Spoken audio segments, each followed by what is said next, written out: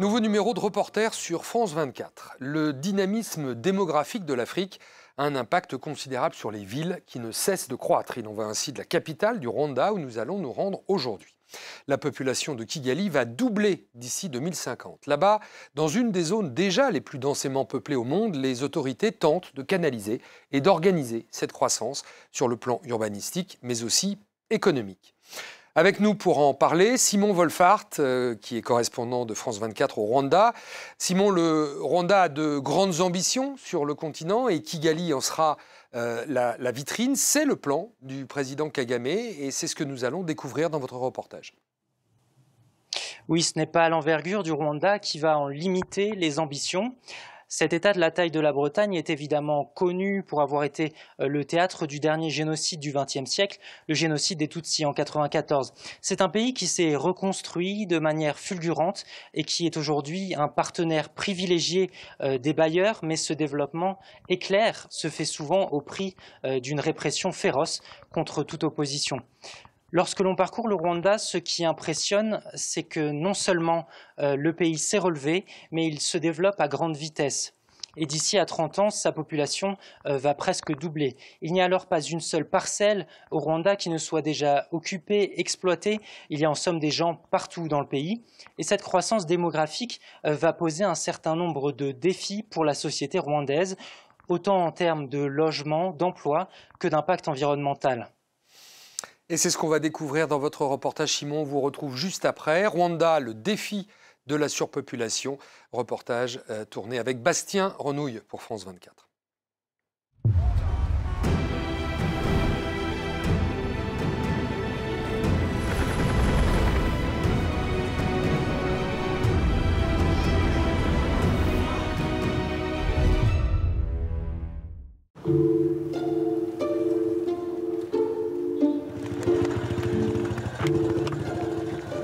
François a vécu dans ce quartier à flanc de colline durant près de 4 décennies. Mais il y a 2 ans, sa famille a dû quitter sa maison sur ordre des autorités.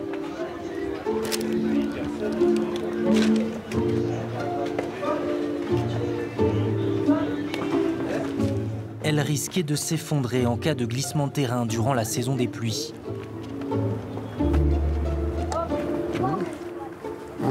Notre parcelle arrivait jusqu'ici et ici il y avait une maison que j'avais mise en location.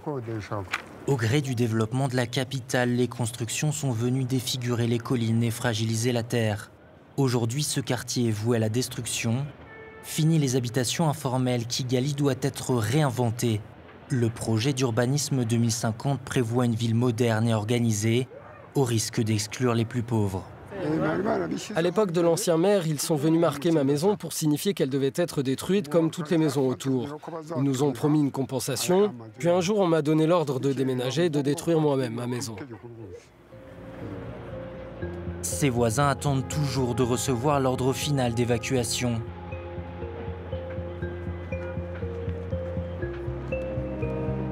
La population en croissance constante est un enjeu de taille pour les autorités. Les Kigalois, aujourd'hui 1 300 000, devraient être 3 fois plus nombreux dans 30 ans.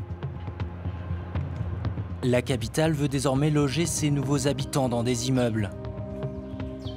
Après son éviction, François a reçu gratuitement un appartement dans ce quartier flambant neuf. Ce jour-là, le vice-maire vient sonder la satisfaction des déplacés. J'habitais dans le district de Gasabo. Gasabo, dans le quartier de Chimiurura, c'est ça? Nous sommes heureux car les habitants considèrent que nous les avons sauvés en les faisant déménager dans un endroit très confortable. Nous souhaiterions avoir plus d'argent pour construire des appartements pour plus de familles. Au cours des 3 prochaines décennies, la ville va changer de visage. 900 000 logements seront nécessaires. Le nombre de gens qui vivaient sur plus de 10 hectares, nous arrivons à les loger sur moins de 3,5 hectares. Nous construisons plus haut, comme vous le voyez. Kigali s'étend avec ses résidences situées en périphérie de la ville. Mais pour ceux qui y vivent, il n'est pas toujours facile de retrouver une activité professionnelle. Avant, qu'est-ce que tu faisais? Comme je suis vieux, je m'occupais de mes chèvres. Et ici, qu'est-ce que tu fais? Ici, c'est impossible de travailler. Il n'y a pas de place pour l'élevage ni pour un potager. Mais nous sommes plus en sécurité. La maison n'est jamais envahie par l'eau. Il n'y a pas non plus de collines à escalader. Mais financièrement, nous n'avons plus aucune source de revenus. L'appartement de François est un 3 pièces. Si le vieil homme est satisfait par la qualité de la construction, le logement est exigu pour la famille de 5. Voici le salon, c'est la pièce de séjour et la salle à manger en même temps. Il ne peut pas contenir plus que ces chaises et cette table. Ici, c'est la chambre des parents. Il y a le lit et leurs habits.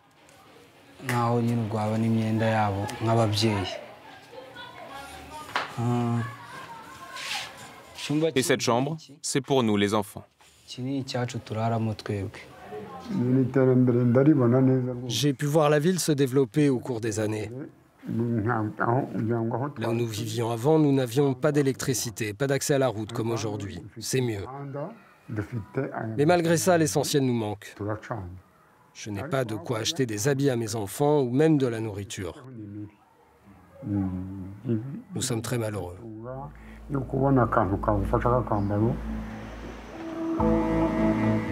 La nourriture est le deuxième enjeu de cette explosion démographique.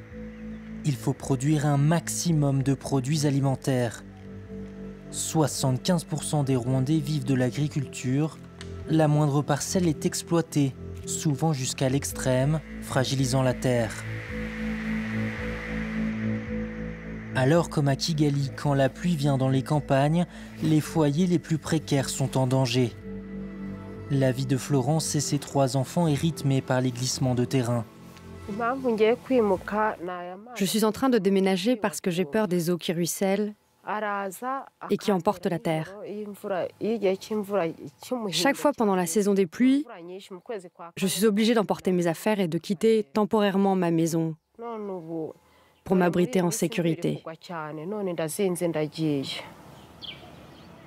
À Gicumbi, des dizaines de personnes meurent chaque année à cause des éboulements. Au début, il n'y avait qu'une petite rigole d'eau qui passait par là. Ça s'est agrandi petit à petit. J'avais une grande maison avant, jusqu'à ce que la terre l'emporte et laisse ce trou béant. Nous avons dû reconstruire par ici. Pour permettre aux agriculteurs de récolter toujours plus tout en étant en sécurité, les autorités ont lancé un plan pharaonique de restructuration du district, le projet Green Gicumbi. Un employé du Fonds rwandais pour l'environnement vient faire un état des lieux de la situation. Cette crevasse a été identifiée comme l'une des plus dangereuses. Ici, il y a beaucoup d'érosion, elle cause beaucoup de dégâts en aval.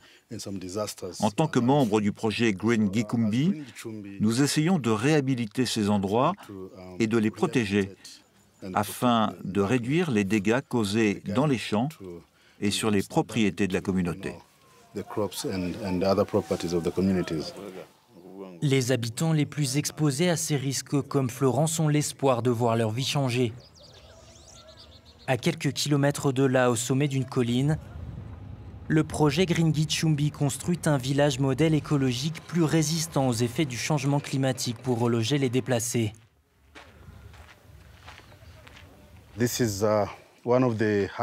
C'est l'une des maisons qui est en cours de construction dans le cadre du village vert.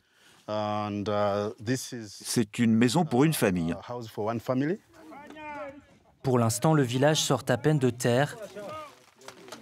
À terme, il pourra accueillir 50 familles. Ce modèle devrait être répliqué dans tout le Rwanda. C'est le village du futur, c'est le modèle de village qui sera adopté dans chaque district. C'est respectueux de l'environnement. Il y aura un système de collecte de l'eau, de collecte des eaux de pluie, qui est un des piliers du village vert. Plus de 2 ans après le début des travaux sur l'ensemble du district, Gicumbi est un grand chantier à ciel ouvert. Pour augmenter la productivité en bois et lutter contre l'érosion des sols, des colonnes de femmes plantent des eucalyptus par milliers. Ici, tout le paysage est transformé. Sur les collines, l'agriculture intensive se fait désormais en terrasse. Félix vient rendre visite à cette fermière qui a adopté la pratique. Quand je travaillais sur la terre en pente, les semences, les plantes étaient balayées par les pluies et tout se retrouvait au fond de la vallée. La récolte était mauvaise. Aujourd'hui, avec les terrasses, il y a plus de rendement qu'avant. Avec ce type d'aménagement, les récoltes sont 3 fois plus importantes qu'avant. Une fois que nous consolidons la terre, comme ceci, nous conseillons aux communautés de pratiquer de la monoculture saisonnière. Grâce à ces solutions, la nourriture ne devrait plus être un problème. Mais subsiste un ultime défi, l'emploi. Il n'y aura bientôt plus assez de terre pour fournir du travail à tous. Le gouvernement mise donc sur le marché des services comme le tourisme, et cela paie. Ces 10 dernières années, le PIB par habitant a progressé de 5% par an. Dans la capitale, des dizaines d'hôtels ont ouvert leurs portes et attirent de plus en plus de jeunes travailleurs. Jean-Rémy a rejoint l'école de management Vatel il y a 2 ans.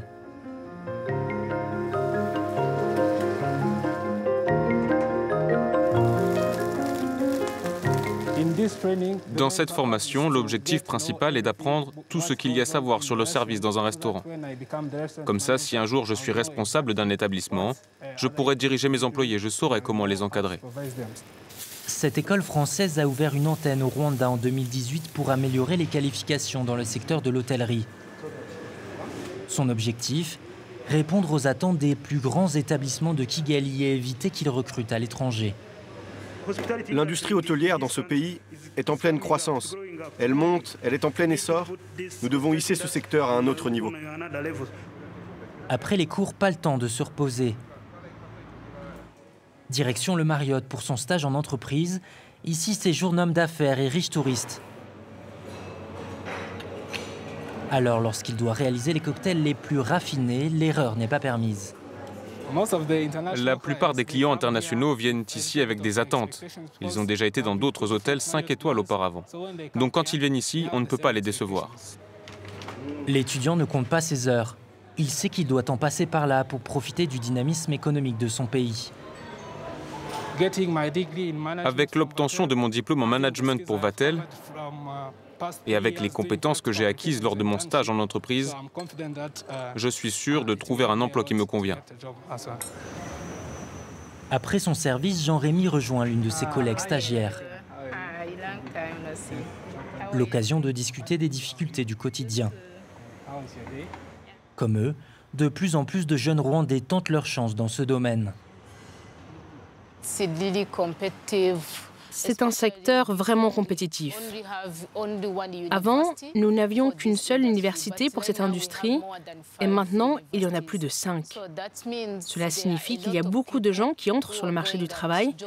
Ça crée une énorme concurrence. Quand vous travaillez, que vous faites de votre mieux, que vous utilisez vos compétences et vos connaissances, si l'employeur voit que vous en faites plus que les autres, il vous donnera un emploi. Ils sont prêts à tout pour obtenir un travail au terme de leurs études. Alors, pour parvenir à son objectif de devenir un pays à revenu intermédiaire d'ici à 2035, grâce notamment à son économie de services, le Rwanda mise désormais sur la génération de Jean-Rémy.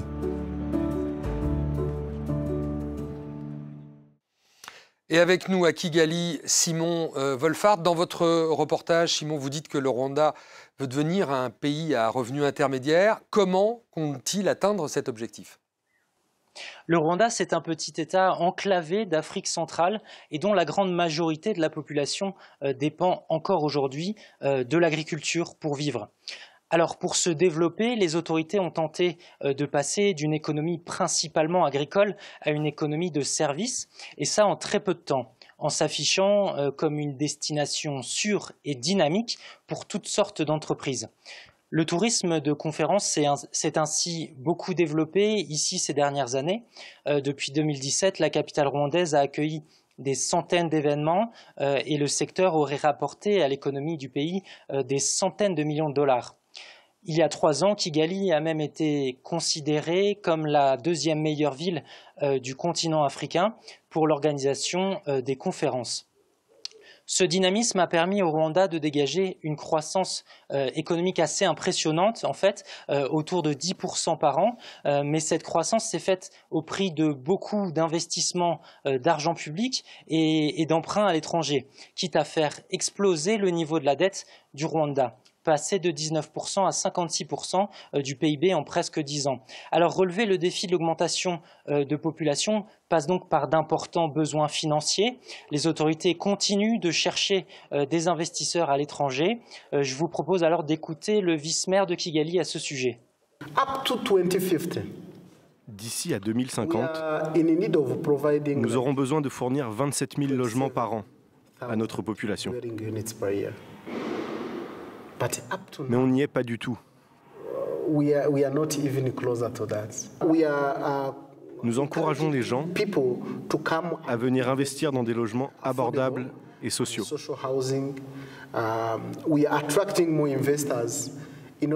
Nous attirons plus d'investisseurs pour s'assurer que le nombre d'habitations que nous fournissons par an augmente. Merci beaucoup Simon Wolfhard à Kigali pour France 24. C'est la fin de ce magazine. Merci à vous de l'avoir suivi. On se retrouve la semaine prochaine pour un nouveau numéro de Reporter sur France 24.